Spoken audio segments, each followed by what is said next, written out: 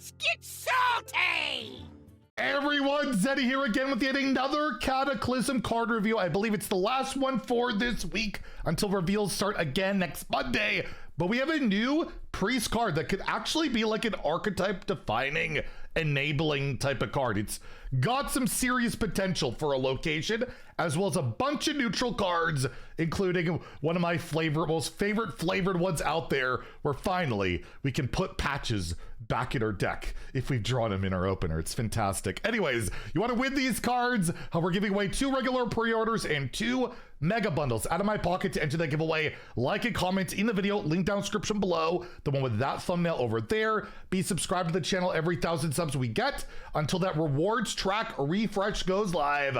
I want another mega bundle, so hit that sub button, make me go baroque. So let's start off with the introduction of Warlock to Hearthstone, as we have Warlock, a new epic neutral Murloc. It's a 2-mana 1/1 battle cry. Your next Murloc that costs 3 or less costs health instead of mana. So you could coin this on 1 and then cheat out a 3-mana Murloc for some mana cheat. Maybe hit like the Paladin thing, like the Hot Spring Glider, or whatever it's called, or just a Murloc War Leader, right? Like, not bad. It's a Murloc itself, so it gets all those Murloc synergies you have going on. It's just there's no really good Murloc deck in Standard right now, and one card I don't think is going to enable it. I don't think this is going to put Murloc Quest Paladin over the top, even though we are going into rotation, so maybe it'll have some wiggle room, but overall, it's a good card. Any Murloc deck would be absolutely happy to have this. They're typically aggressive, so losing that health, not the biggest deal. You're just getting tempo, right? Even though it's just a 1/1, getting another minion on the board, maybe a bit ahead of curve, or something that could potentially buff this as health or attack or whatever. Really solid. It's really solid. I just don't really see a world where this is going to see play right now. So as a result, I'll give it a 2 in Standard, a 2 in Wild, where Murloc decks have been things like a long time ago, not recently. I just think of like Shaman, where Warlock could cheat out the 3-drop that can make your next 2 Murlocs cost 2 less. It's not bad at all. It's just, is that going to really move the needle in Wild right now? I highly doubt it. So a 2 across the board, but it's a good card. Just, you need the right Murloc deck for it. So if that comes around, I think Warlock will finally see some play in Hearthstone. Just go play Wild if you want to face a Warlock, by the way. My God, it's crazy there. We have another epic neutral card here, the Faceless Replicator. 3-mana 3/3. It's got elusive and Death Rattle. Transform the minion that killed this into a Faceless Replicator. So it'll become this minion. So this could go back and forth on the board, right? You kill this, it turns into that. You kill you then kill that, and you know what I mean, right? It could go back and forth. However, if a spell kills this, it's gone. A weapon kills this, it's gone. I guess if the minion dies while killing this, I assume it's gone too. Like, this just prevents value trading, I guess. It's a weird one. This is more of like a random 3-drop that'll be created on the board or some weird situation. But overall, I don't see this as a meta card. I see it as another flavorful faceless card that, yeah, probably doesn't make much of a difference on the meta. So I'll give it a 1 out of 5 in Standard, a 1 out of 5 in Wild. And yeah, you probably don't even want to pick this in Arena. I just don't even know what you're really going to do with this, right? Like, it's not like you can really abuse this other than try and make your opponent transform a valuable minion into this. Like, I just don't see it, but I can appreciate the design at least. Next, we have the Twisted Monstrosity, a 5-mana 6/5 neutral beast. It has elusive, it has taunt, and it reads, each turn this is in your hand, swap between 2 random bonus effects. So that's like Divine Shield, what it used to be Stealth, it's like Reborn, elusive, stuff like that, right? Those bonus effects that are never typically that great. You need them like en masse on a bunch of bodies, and it's a pretty well statted 5-drop. Fen Creeper crying in a corner, right? Back in the old days, but I just don't see this going into your deck. Like, yeah, I just don't see hard running this, even if it's got like some beast synergies out there. The artwork is amazing. I love the artwork, but this feels very Arena, very pack fillery to me. Not a ton to talk about on this one. So again, I'll give it a 1 out of 5 in Standard, a 1 out of 5 in Wild. I don't expect this to be a constructed card. We have the Selfless Protector, a 2-mana 2/6 taunt minion. It's like Dirty Rat. However, this says takes 1 extra damage from all sources. So it's not like that mech, that 491 that takes like double, that just dies almost everything. This takes just 1 extra. So yeah, if this takes any increment of damage from anything, if it's 1 damage, it'll take 2. If it's 2 damage, it'll take 3. So it's a little bit easier to get through than your average minion. And a 2-mana 2/6 taunt at the end of the day is not particularly great, unless it's been like Divine Spirit, Inner Fire, or it yoinks a minion out of your opponent's hand, and that's the main reason you play it, not the 2/6 taunt. 1 out of 5 in standard, 1 out of 5 in wild, but a good random 2-drop to generate here and there to save your, save your butt with a taunt. But I would be surprised again if this sees meta play. The same also goes for a pretty cool card here, the Frostbitten Imp. It is a 2-mana 5/3 demon. However, it has Battle Cry, freeze this. So you play it, it freezes itself, and you're gonna have to wait an extra turn to attack with it, and it's only a 5/3. Like, yeah, you get the an extra health and normal. Actually, not really. You get extra attack, right? A 2/3 is kind of the baseline. You're getting 3 extra attack. It still dies to almost everything, and it's gonna be sitting there for 2 turns. Sure, it's a demon. Maybe there's some demon synergies. I guess if you could cheat it out of your hand to get around the battle cry, but again, you're just cheating out a 5/3. Who really cares? It's a 1 out of 5 in standard, a 1 out of 5 in wild, but again, appreciate the flavor. We also have, this card is just genuinely bafflingly awful, I think. A 9-mana 6/6 minion that has immune while you control no other minions. So as long as this is the only minion on the board, you got yourselves like a jailer, kind of, for 9 mana. And it's just a 6/6. There's nothing else to it. There's no life steal. There's no taunt. Like, just nothing.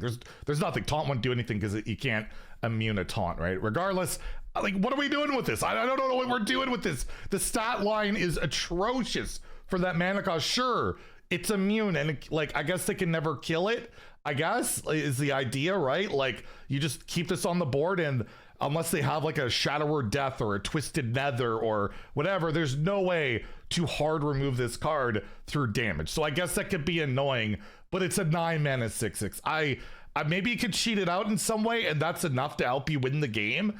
I guess, maybe. I just don't see it. So again, I'm gonna give it a 1 out of 5 in standard, a 1 in wild. Maybe Big Shaman plays this to cheat it out, and then they have a 6/6 and you're just gonna die anyways. I don't know. Let me know if I'm missing something. If this card is cracked and there's a reason why you want to play this in your deck. I don't know. Or just a flavorful card and that's neutrals for you. Next we have a card that could see play, okay? The Sheltered Survivor, a 2-mana 2/3 neutral minion, battle cry. You choose a card in your hand. So the new hand targeting thing, you can pick any card. It's not random. You pick it. You choose a card in your hand to shuffle into your deck, and then you draw a card. So finally, you got patches in your opening hand. You can pick that card, shuffle it back, immediately redraw it, and be like, why did I do that, right? Because I think that's the way it would work, right? You shuffle first, then draw a card. I feel like you could actually get that card back right away. Obviously, on average, that's not going to happen. Unless you have Zeddy RNG, then it might happen. But overall, yeah, I could get as a card that's like stuck in your hand that you want in your deck. It could be all right. Could enable certain combos, mana cheat scams, who knows?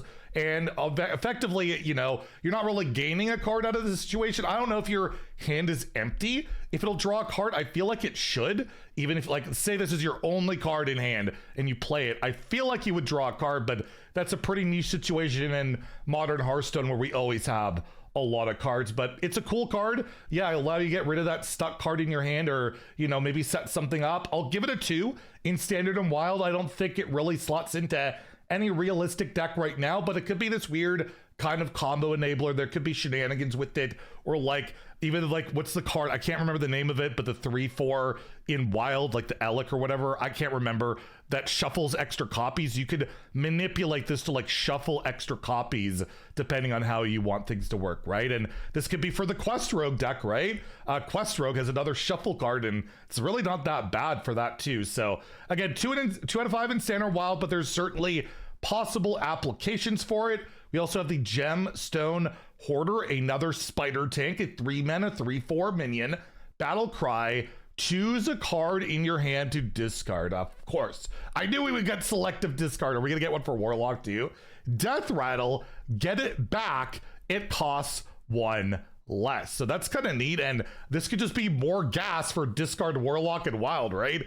The type of cards is actually disgusting in Wild because you could just pick the Soul Barrage and then it'll come back and then you can discard it again. Like, that is actually disgusting. Oh god, Warlock, please no. But in Standard, there's not that many like discard synergies, but you can set up a card to cheat out later, unless of course this gets silenced or transformed or whatever. But yeah, I'm just immediately think of Wild when I see this for pretty obvious reasons. I'll give this a 3 in Standard and like a 4 in Wild, because why would discard Warlock not want a card that can selectively pick anything to discard and then get it back later to discard again? That's just more gas, right? So yeah, this is better in Wild. I feel like clearly better Wild. A 4-star card of Wild, 3 cards started Standard, and god, they need to nerf Warlock stat before this expansion comes out, at least in Wild. My god. And then yeah, lastly, we have the only class card to be revealed today, the Ruby Sanctum, a 1 mana priest location. Your next healing effect this turn deals damage. Instead, this has 3 durability. So you can, you got your hero power and you point it at their face and you deal 2 damage. That's incredible. However, this works with anything, right? So you have a big heal spell. You can direct that at a minion at their face. The thing that makes this card scary to me, that this could be literally an archetype defining card, is the whole hand buff package we recently got with that 2 mana taunt. The 1/4, you could buff that to like 6, 8, 10, 12, 14, like a lot of health. It's quite reasonable to be able to buff that quite a lot. And then I play Ruby Sanctum and point that face. And then if I have another Ruby Sanctum, I activate that, right? Because it only works for 1 healing effect. I point that face. You can OTK with 2 of these locations. You could do a ton of damage, and they have 3 durability. And you could just make like a burn combo priest deck, right? With big healing effects. And there are those in Standard right now. They exist. Is it a realistic win con? I don't know. We're still waiting on other priest cards too, right? This is the first of the bunch, but it's super cheap, has a ton of usages, so you can utilize it throughout the game until maybe you get to that win con of a big burn down turn. Or yeah, just use it just, for some removal, for some burn. It doesn't have to be an OTK card. It can just be nice and flexible. I think it's really solid. And if there's a bunch more healing cards to come, like we saw the Colossal's healing based, this is healing based. I feel like we're going to see more healing, which will be ironic because we have no overheal cards left. Remember, overheal was the new mechanic. There's none left in Standard unless they make one in the set. So we'll see if there's overheal or it's another abandoned mechanic or not. But this card, to me, really solid. And it'll be like, there's a lot of potential with it in a lot of different ways, how one card can just change things drastically. So in Standard, I'll give it a 4. I think this is going to be kind of important for Priest. And in Wild, they have better versions of this where all your healing effects for the turn, you have it for like 2 mana. So you don't really need this in Wild, not nearly as important. So I'll give it a 2 there. But in Standard, look out. This might be something that lets Priest do what they've always wanted to do. Burn people with healing, right? That's the strat. So there you go. That's all the cards for this week. We'll have more reveals and reviews starting, I believe, on Monday. So stay tuned for that. If you enjoyed the video, please like and subscribe. Have a great day and stay salty, my friends.